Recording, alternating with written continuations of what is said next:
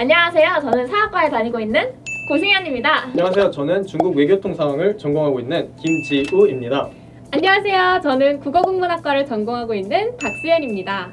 저는 국어국문학과생이라는 이유로 좀 다른 과의 친구들이 자기 중요한 문서나 과제 같은 거 있으면 한번 피드백을 해달라고 저한테 가지고 오더라고요. 근데 저는 왜 그런지 모르겠어요. 약간 국어국문학과 친구들은 좀 맞춤법에 대해 굉장히 예민하고 그만큼 잘 알고 있을 거라고 막 그런 오해들이 있는 것 같아요. 물론 좀 글을 많이 쓰는 학과이다 보니까 아무래도 맞춤법에는 살짝 더 예민해지고 더 많이 알게 되는 그런 게 있는 것 같긴 한데 저희도 막 배우는 입장이다 보니까 계속 실수하고 완벽하지 않거든요. 그래서 그런 오해는 가급적 삼가해 주셨으면 좋겠습니다. 사학과에 관련된 오해는 역사가 암기 과목이다 보니까 거기서 파생된 오해들이 많은 것 같아요. 예를 들면 갑자기 역사 드라마를 보다가 저거 몇 년도에 일어났어? 이렇게 물어본다던가 아니면은 너 사학과니까 그 교수님들도 다 너한테 역사 연도 다 외우려고 하는 거 아니야? 이런 식으로 질문하는 경우가 많은데 그거 진짜 오해예요. 저 역사 드라마 봐도 그 연도 진짜 잘 모르고요. 물론 비전공자 분들에 비해서는 사학과 학생들이 아무래도 자주 다른 역사적 사건들을 보다 보니까 연도에 익숙해지고 있는 건 사실이지만 그걸 다 알고 있는 경우도 드물 뿐더러 자세하게 알고 있는 거는 다 자신이 관심 있는 분야들 뿐이에요. 그래서 이런 오해는 안 해주셨으면 좋겠고 또 교수님들 같은 경우에도 저희한테 역사를 외우라고 하는 거 하시기보다는 역사를 다각도로 바라보는 방법에 대해서 알려주시거나 아니면은 하나의 역사적 사건에 대한 인과관계를 파악하는 방법에 대해서 알려주세요. 그러니까 이런 오해는 안 해주셨으면 좋겠습니다. 네, 중국 외교통상에 대해서 아주 흔한 오해들이 있는데요. 일단 누구나 제 전공을 들으면 아주 호기심에 찬 눈빛으로 중국어 잘해? 라는 질문이 들어옵니다. 여러분, 아무리 중국어가 제2외국어 중에서도 메이저 언어이고 유학파가 아무리 많다 하더라도 대학교에 와서 중국어를 처음 접하시는 분들도 계시고 물론 저도 네, 그렇고요. 아주 잘하지 않는 사람들이 많아요. 실력도 개인마다 좀 천차만별이기 때문에 이런 섣부른 판단은 no. 사실 저는 국어국문학과에 어떤 비전이 있어서 온 건 아니고요. 제가 현역 때 좋은 대학을 가고 싶어서 컨설팅을 받으러 갔어요. 근데 거기 있는 선생님이 너의 생기부는 그냥 국어국문학과생이다 이렇게 얘기를 해주시더라고요. 그래서 저는 좀 내가 국어? 약간 이런 생각이 있긴 했지만 그냥 컨설팅에 맞춰서 간 것 같습니다. 저 같은 경우에는 고등학교 2학년 때 전공을 정했는데요. 이게 막 특별한 사건이나 계기가 있었다기보다는 제가 이때까지 살아오면서 어떤 거에 흥미가 있고 재미를 느꼈는지를 종합적으로 생각한 다음에 결정을 내린 거였어요. 저 같은 경우에는 막 가슴이 들끓는다 그러죠. 막 수업을 들으면서 그런 느낌을 받았던 과목이 역사였고 일본이나 중국에서 역사 왜곡 논쟁에 대해서 언급을 나오면 저는 막 분노에 차가지고 진짜 왜 저래? 이런 느낌이었거든요. 그리고 문화재청을 방문하거나 아니면 박물관을 갔을 때 여러 이야기를 듣는 것도 되게 좋아했고요. 그래서 이런 흥미를 종합해봤을 때 여러 전공 중에서도 내가 역사라는 과목을 더 집중적으로 배워볼 수 있는 사학과에 가면 재밌겠다 싶어서 저는 전공을 선택하게 되었습니다. 네, 제가 고등학교 3학년 때였는데요. 제가 당시 대학교 진학에 대해서 좀 진지하게 고민을 하던 중에 내가 잘하는 게 뭘까 이렇게 생각을 하다가 제가 당시에 중국어를 아주 재밌게 공부하고 있었거든요. 그래서 제 머릿속에 약간 주마등처럼 이렇게 쓱 스쳐가는 거예요.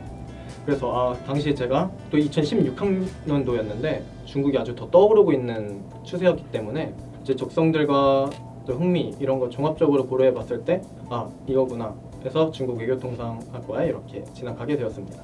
이 질문에 답변을 하기 전에 좀 물어보고 싶어요. 국어국문학과생 뭐 배울 것 같아요?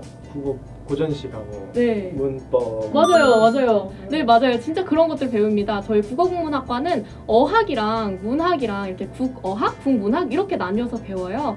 그래서 이제 좀 어학 같은 경우는 아까 말씀을 해주셨던 것처럼 이제 우리말의 문법이라던가 문장 형성 규칙이라던가 이런 것들을 배우고요. 좀 이렇게 대화를 할 때 이런 걸 화용론이라고 하거든요. 그래서 대화의 맥락이나 언어의 흐름들을 분석하는 그런 활동들도 많이 했었습니다. 또 국문학 파트에서는 말씀해주셨던 그런 고전시가, 고전 문학, 현대 문학 이런 것들까지 다 다채롭게 배우고요. 좀 여러분들 고등학생 때까지는 이렇게 고전 문학을 이렇게 원문을 해석해보는 경우는 많이 없잖아요. 근데 제가 국어국문학과에 와서는 이런 원문 해석하는 기회가 되게 많았던 것 같습니다. 크게 구분해서 말씀드리자면 저희는 동양사, 서양사, 그리고 한국사가 있다고 할 수 있어요. 그리고 이 세 가지 부분을 고대, 근세, 중세, 현대 이런 식으로 시대별로 나눠서 구분해서 배우기도 하고요. 아니면 한 가지의 주제를 잡고 문화사 아니면 교류사 이런 식으로 배우기도 해요. 혹시 여러분들은 역사적 사료 같은 거 보신 적 있으신가요? 사료요? 네. 사료? 아니요? 저 시험 볼 때 잠깐 나온 거 본 것 같아요. 사료 같은 거는 아무래도 그 역사 연구를 할 때 기본되는 자료라고 할 수 있는데 그게 솔직히 한국어가 지금 막 보급이 된 게 아니라 1900년대 넘어가서 계속 보급이 되다 보니까 저희가 공부할 수 있는 사료는 다 영어로 되어 있거나 한자로 되어 있는 경우가 많아요. 그래서 저희는 학년이 올라가면 올라갈수록 직접 사료 해석을 해보는 그런 과목들도 배우면서 역사 연구에 더 직접적으로 뛰어들 수 있는 방법을 배우기도 합니다. 중국 외고 통상 전공은 어떤가요? 일단 저희 중국 외교통상 전공은 국내 유일무이.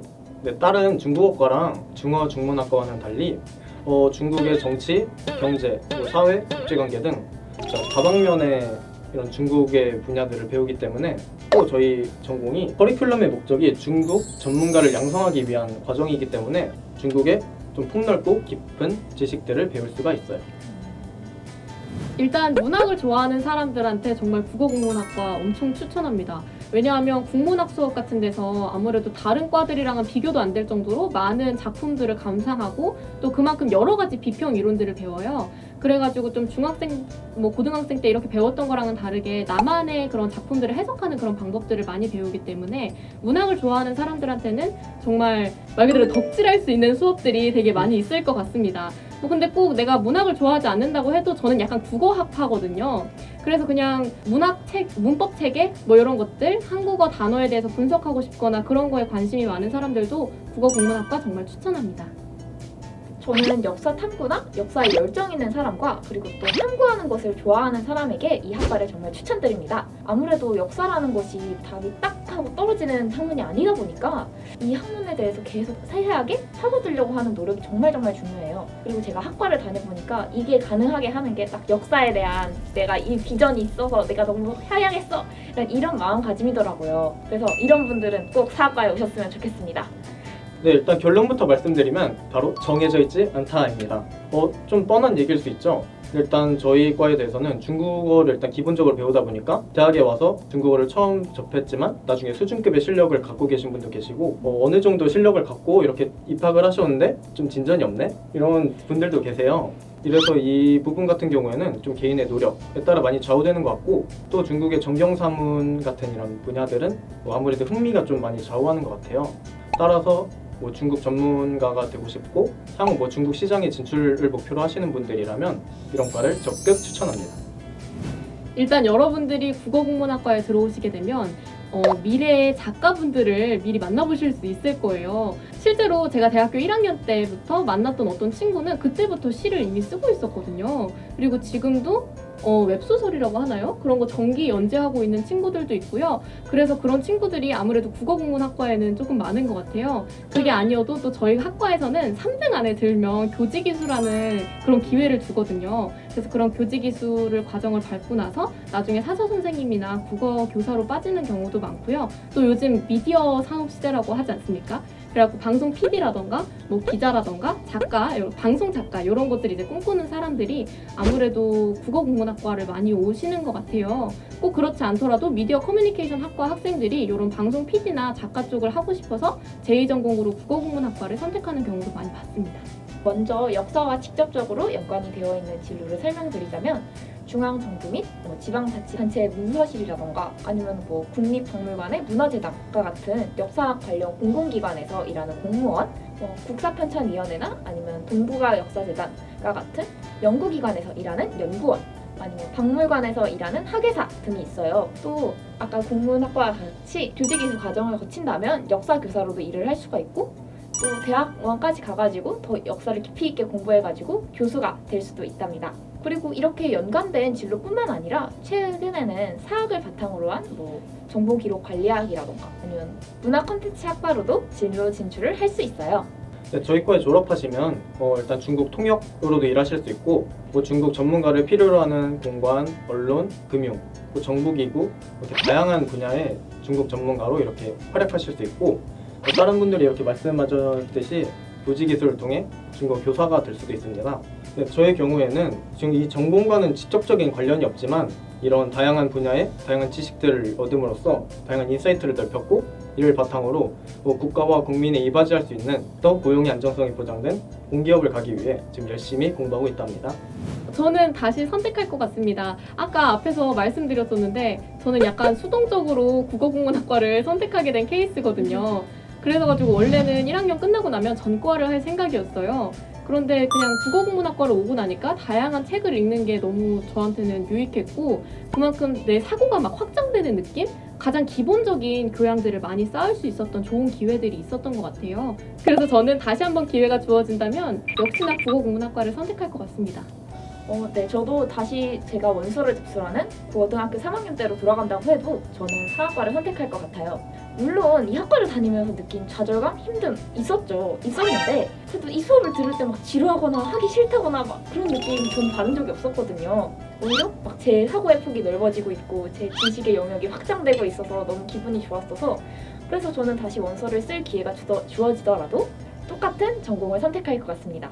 네, 저 같은 경우에도 좀 개인적으로 전공에 대해서 만족도가 좀 높은 편이에요.